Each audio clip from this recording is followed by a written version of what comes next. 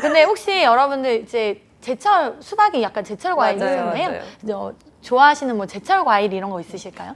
많죠. 저는 수박을 제일 좋아하고 그다음이 배 이렇게 약간 물기 많은 과일을 좋아하는 것 같아요. 저는 이제 뭐 귤이나 복숭아 좋아하는데 확실히 그 여름에 더 과일이 땡기긴 해요. 그죠. 네, 더우니까. 더우니까 또 당도 수분도 땡기고. 맞아요. 그런데 저도 마찬가지로 수박을 제일 좋아하거든요. 저는 너무 단 과일보다는 네. 좀 물기 많고 부드러운 과일을 네. 좋아하게 되더라고요.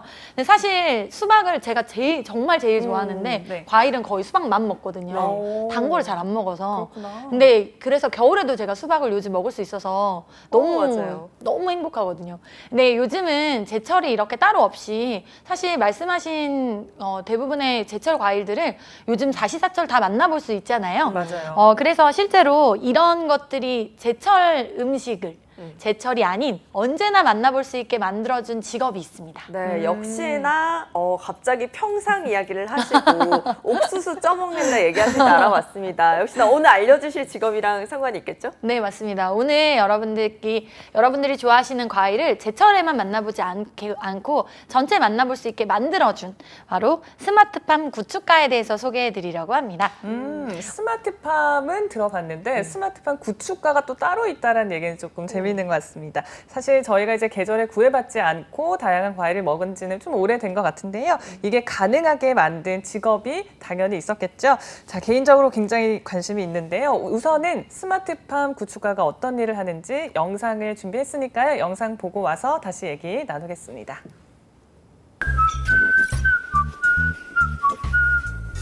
미스터 잡스 시들어가는 화분이 불쌍하지도 않나요? 아, 차차차차 이놈의 건망증. 알아. 네가 일을 많이 주니까 내가 정신이 없는 거 아니야. 그렇다기엔 벌써 3일째 놀고 있는 거 아닌가요? 벌써 그렇게 됐나? 잡스의 화분처럼 보살핌을 받지 못하는 불쌍한 식물도 있지만 최신 기술을 활용해 최적화된 환경에서 자라는 식물도 있다고 합니다. 미스터 잡스 미션 전달하겠습니다. 첨단 기술의 발달로 도입된 스마트팜은 농업 생산 효율을 극대화하고 농촌 일손 부족을 해결할 수 있는 차세대 농업 기술로 알려져 있는데요. 최근 정부가 추진하는 혁신 성장 산업 중 하나로 선정되면서 더욱 주목을 받고 있다고 합니다. 미스터 잡스 오늘 조사할 직업은 스마트 농업의 지속적인 발전을 위해 연구하는 스마트팜 구축가입니다. 즉시 다음 장소로 이동하여 새롭게 주목받고 있는 스마트팜 구축가의 정보를 수집하고 정체를 밝히십시오. 알았어. 내가 더 신경 쓰면 되잖아. 마리아, 금방 다녀와서 물 줄게. 미선, 지금 출발했다.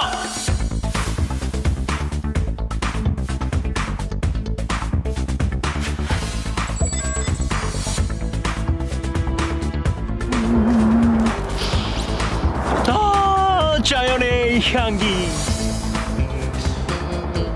그나저나 팜은 잔뜩 있는데 스마트는 어디 있는 거야? 왼쪽 건물로 들어가세요. 그래? 이거? 우와, 땅이 아니라 선반 위에 텃밭이 있네. 대상 확인 중. 인식되었습니다.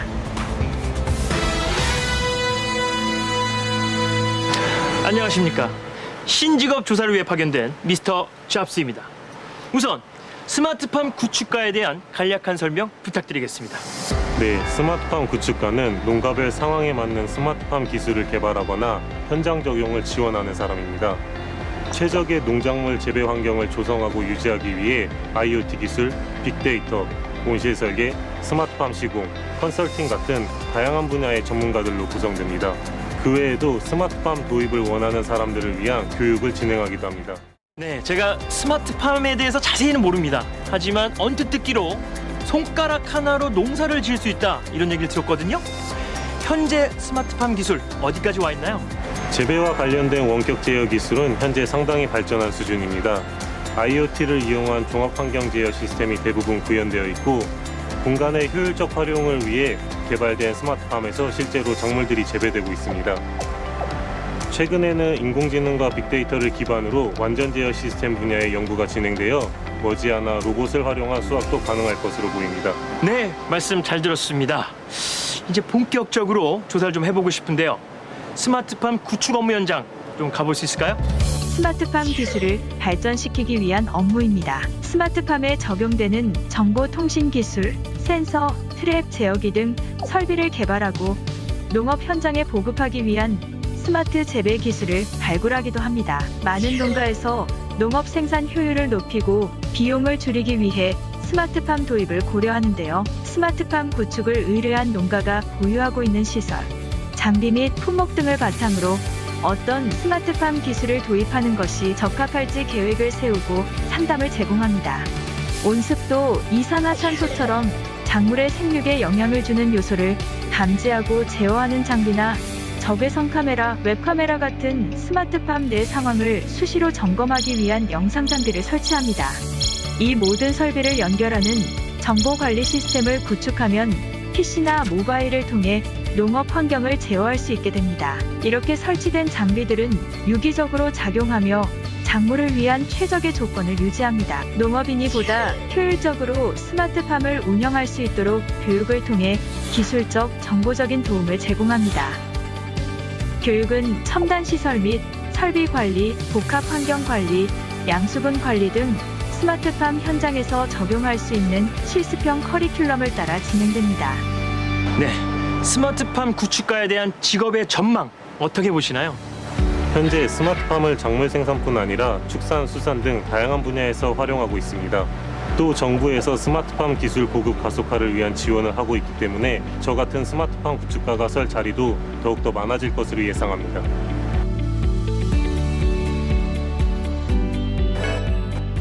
네덜란드는 대표적인 스마트팜 기술 보유국인데요. 누적된 농경 데이터를 기반으로 각종 센서와 제어 솔루션을 개발했습니다. 이런 농업 ICT를 통해 농업 생산량, 상품 품질 향상은 물론 좁은 국토 면적을 극복하고 세계 2위의 농산품 수출국이 됐다는 점에서 주목받고 있습니다. 미국은 IoT뿐만 아니라 나노기술, 로봇 기술을 농업에 접목하려는 시도가 한창인데요. 특히 구글은 빅데이터를 수집해 인공지능이 농작물의 생육 조절에 관해 스스로 결정을 하게끔 유도하는 시스템을 개발 중입니다. 그 밖에도 세계 각국에서 스마트팜을 중심으로 경쟁이 치열해지고 있습니다. 이런 경쟁을 바탕으로 세계 스마트팜 시장 규모는 2022년 약 4,080억 달러까지 확대될 것으로 보입니다. 현재 국내에는 김제, 상주, 밀양, 고흥 등 스마트팜 혁신밸리 4곳을 선정해 한창 공사가 진행 중입니다. 이 스마트팜 혁신밸리를 기반으로 청년 스마트팜 전문 인력 양성, 온실 현대화, 스마트화, 재배, 생육 정보 등 빅데이터를 이용한 혁신 생태계 구축을 이룬다면 농업 선진국으로 자리매김할 수 있을 것으로 보입니다.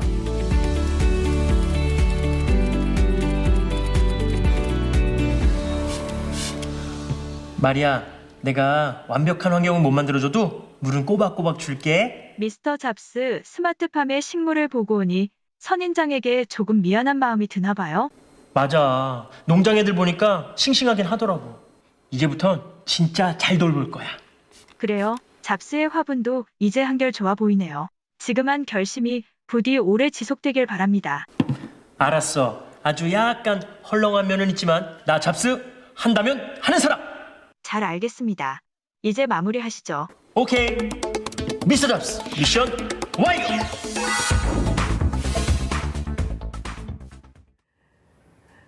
네, 이렇게 미스터 잡스와 함께 스마트팜 구축가 직업에 대해서 영상으로 확인해보고 왔는데요. 그래도 철엄쌤한테 이 스마트팜 구축가가 어떤 일을 하는 건지 조금 더 구체적으로 한번 들어보도록 할게요. 네, 쉽게 말하면 농작물을 언제 어디서든 관리할 수 있는 좀 지능화된 농장을 운영한다라고 보시면 되는데요. 확실하게 보시면 조금 더 넓은 범위에서 스마트팜 구축가를 스마트팜 전문가라고 부르기도 합니다. 꼭 조성하는 것만이 아니고 운영하는 것까지 포함해서 말하기도 하는데요. 스마트팜 구축가라는 건 ICT, 그러니까 정보통신 기술이죠. 이걸 비닐하우스, 축사, 과수, 그 농장들에 접목해서 원격 제어를 통해서 실제로 작물이나 가축의 생육 환경을 적절히 제어하고 생산성을 향상시키는 그런 스마트팜이라는 농장을 설치하는 것, 그리고 그걸 유지, 보수, 관리하고 소프트웨어를 개발하고 컨설팅, 교육을 하는 것을 스마트팜 전문가 혹은 스마트팜 구축가라고 얘기합니다. 크게 재배 기술, 그리고 특성 분석, 스마트팜 운영으로 세 가지로 나눠볼 수 있고요. 그리고 또 각 세 분야를 정보나 기술을 연구하는 분야, 그리고 기술을 개발하는 분야, 그리고 점검하는 분야, 교육 컨설팅 분야로 또 세분화해서 볼 수 있습니다. 쉽게 얘기하면 농업의 정보통신 기술을 접목해서 작물 재배나 가축 재배 등의 생산성 향상을 도모하는 게 있고요. 실제로 가축의 상태를 점검한다든지 혹은 개체별로 어떤 영양분을 줘야 되는지를 좀 찾아본다든지 그리고 스마트팜을 원하는 농민 혹은 정부 이런 곳에서 컨설팅, 교육을 진행하기도 합니다. 네. 그러면 이렇게 스마트팜 기술이 가축이나 작물 재배하는데 좀 어떻게 활용이 되고 있는지도 궁금하네요. 많이 맞아요. 활용되겠죠? 활용 범위가 굉장히 넓습니다. 아까 영상에도 잠깐 소개됐는데요. 쉽게 얘기해서 1차 산업에 기술을 정보통신 기술을 좀 얹었다라고 생각하시면 되게 좋을 것 같아요. 아까 우리가 제철 과일, 수박 이런 거 얘기했던 과일, 과수부터 뿌리 작물, 원예에도 다양하게 쓰이고요. 가축을 기르는데, 그리고 수산물, 그리고 양식업이나 다양하게 기후 변화에 예민한 모든 것들에 활용할 수 있다라고 보시면 되겠고요. 실제로 미리 이제 기후 변화에 예민하기 때문에 어떤 때는 풍년이 되기도 하고 흉년이 되기도 하잖아요. 맞아요. 그런 기복 없이 정보를 미리 수집하고 대비하는 역할을 한다고 보시면 되겠습니다. 그래서 실제 이 기술을 접목해서 효과적이고 효율적으로 농장을 운영하는 전문가입니다. 그러면 이 스마트팜 구축가가 어디서 일하는지 근무지도 조금 궁금한데요. 본인들이 다 스마트팜을 가지고 있지는 않을 것 같기도 하거든요. 맞아요. 직접 스마트팜을 운영하기도는 하는데요. 기본적으로 농업기술원이나 농촌진흥청 같은 국가나 민간 단체에서 만든 연구소에서 근무하기도 하시고요.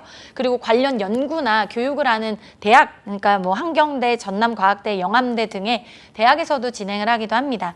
그리고 그린플러스, 인트로메딕, 농우바이오, 대동공업, 현대건설, 우리바이오, LS 등이 스마트팜과 관련된 이제 기업들이에요. 그래서 스마트팜 관련해서 부자재라든지 기술 연구 개발이라든지 그리고 ICT 회사에서도 근무하실 수 있습니다. 네. 사실 스마트팜이 관심이 높아지면서 관련 교육이나 컨설턴트로 일하시는 경우가 훨씬 더 많습니다. 네. 앞서서 왜 수박 얘기를 해주셨는데 저는 수박이 워낙 크다 보니까 혼자 살면서 이제 먹기가 쉽지 않아서 잘 못 맞아. 먹다가 이제 개량 수박이 나와서 작은 수박이 있더라고요.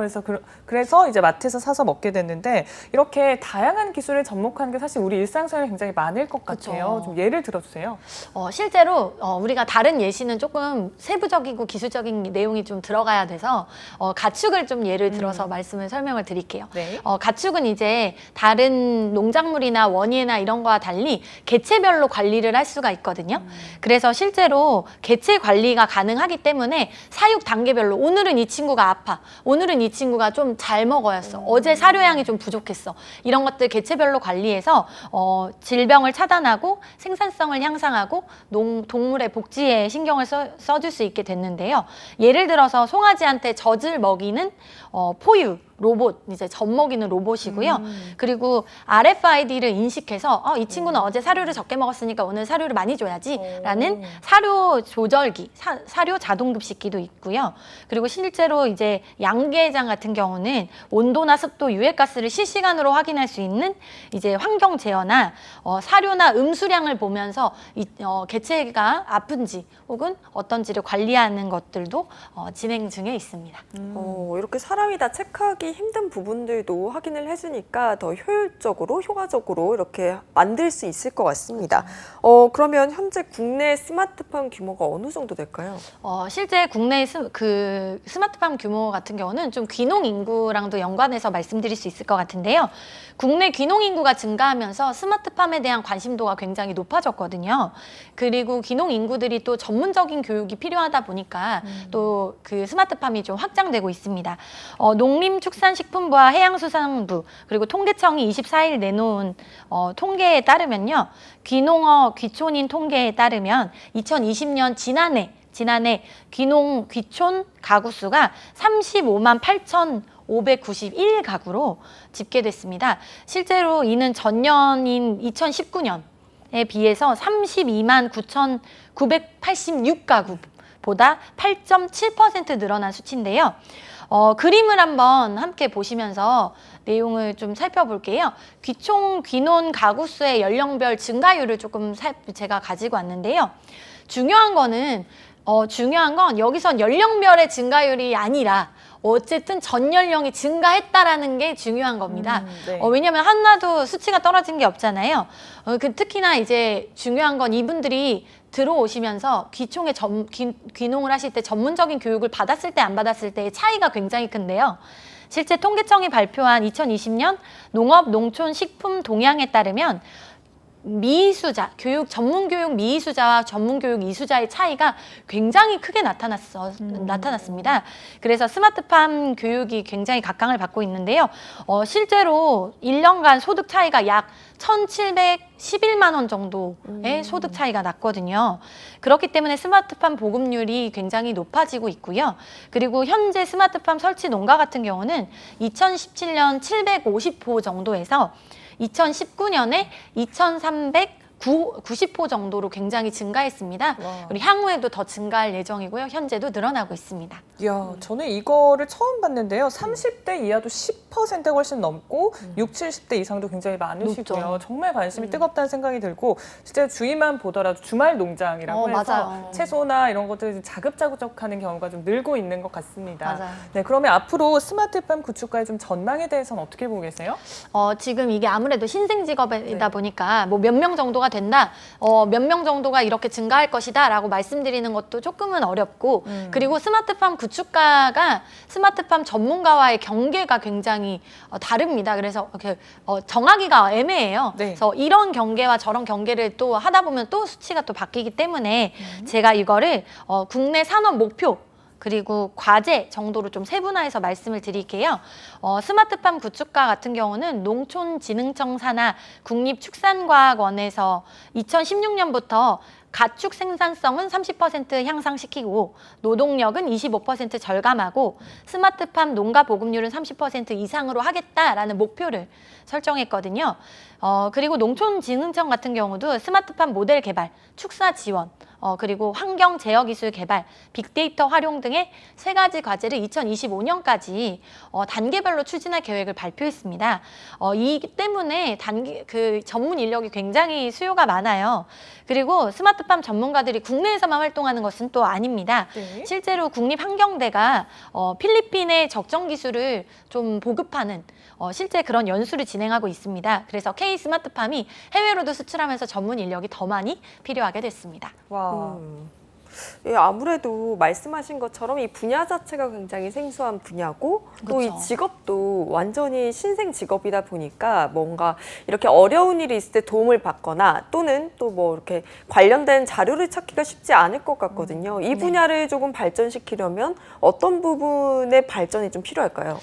실제로 이게 이제 신생 직업이다 보니까 해야 될 과제들이 굉장히 많습니다. 네. 실제 개별 ICT 장치 같은 경우는 국내에서 판매되고 있고 또 개발되고 있지만 실제로 전체를 통합 관리하는 기술은 아직은 좀 부족한 상황입니다. 그래서 실제로 생체 정보를 바탕으로 빅데이터를 좀 이용해서 가축이나 원예 이런 것들을 관리하는 것도 조금은 걸음마 단계라고 보실 수 있고요. 농촌진흥청이 축종별로 ICT를 접목해서 스마트 축사를 구축하려고 노력 중이거든요. 그래서 실제로는 이제 초기 같은 경우는 스마트팜 사전 사후 관리 체계나 산업체 여건이나 홍보 이런 것들이 인프라가 좀 부족했지만 지금은 데이터베이스 구축이라든지 빅데이터 활용이라든지 이런 게 어느 정도 인공지능까지 활용이 들어간 상태라서 좀 새바람이 불 것으로 예상되고요. 이렇기 때문에 더 많은 스마트팜 구축가 분들이 필요합니다. 네. 1차 산업이었던 이제 농업이 ICT와 만나서 다시 한번 부흥기를 누릴 수 있을지 너무나 궁금하고요. 또 스마트팜 구축가가 거기에서 또 큰 역할을 하지 않을까라는 생각이 듭니다. 구축가가 되기 위해서 좀 어떤 교육 과정이나 아니면 기술 지식이 필요한지도 궁금해요. 네, 실제로 이제 전공은 어떤 걸 하면 좋을까? 어떤 교육을 받으면 좋을까라는 고민이 많으실 텐데요. 스마트팜 관련된 전공이나 대학의 연수 과정이나 국가기관 내용이 있기는 하지만 굳이 전공에 연연하지 않으셔도 좋을 것 같습니다. 정보통신을 그렇지만 조금 더 전문적으로 해보시겠다고 하신다면 정보통신 기술을 접목할 수 있는 소프트웨어, 컴퓨터 공학과 그리고 컴퓨터 관련 학과의 공부를 조금 진행하신다면 훨씬 더 도움이 많이 될 것 같고요. 근데 이제 전공은 실제로 좀 걱정하지 않으셔도 정부기관에서 교육 연수가 굉장히 많거든요. 그래서 농림축산식품부에서는 스마트팜 청년 인력 양성을 위한 20개월의 장기 교육을 진행을 하는데요. 실제로 신청자 경쟁률이 3대1 정도 됐고요. 교육 신청자 평균 연령이 30세, 비농업 전공자가 84.3% 정도로 됐거든요. 그렇기 때문에 여러분들이 너무 전공에 대해서 걱정 안 하셔도 되고요. 네. 20개월이라는 시간이 굉장히 길잖아요. 그러다 보니까 전문 양성을 충분히 하실 수 있습니다. 또 이외에도 지자체별로도 교육 진행을 굉장히 많이 하고 있는데요. 서초구에서도 7월 달부터 3달간 스마트팜 교육을 진행하고 있고요. 부산 동래원 예고에서도 스마트팜 실습장을 시작으로 교육시설을 좀 개장했습니다. 의성군 역시 청년 농업인 스마트팜 교육을 진행하면서 스마트팜 구축가를 양성하는 데 힘쓰고 있습니다. 물론 정보통신기술을 전공해서 스마트팜 전문가가 되겠다는 것도 좋지만 지자체들에서 교육을 들어가면서 실제로 접목해보시는, 실무를 해보시는 것도 좋을 것 같습니다. 네, 그러면 마지막으로 이렇게 오늘 소개해 주신 스마트팜 구축가에 관심을 가지게 되신 분들을 위해서 한마디 해주신다면요? 앞으로 기후변화는 계속될 겁니다. 여러분, 올해도 장마가 벌써 39년 만에 늦장마가 또 왔잖아요. 네. 작년에는 비가 엄청 퍼부었던 것 같은데 기후변화는 계속될 거고요. 기후변화에서 바로 직결되는 게 식량 문제입니다. 모든 재난 영화에서도 많이 나오는 게 식량 쪽이죠. 그렇기 때문에 스마트팜 구축가에 대해서 조금 더 마음을 열고 다가가신다면 여러분들이 또 이 시대를, 인류를 구원하시는 일을 하실 수 있을 것 같습니다.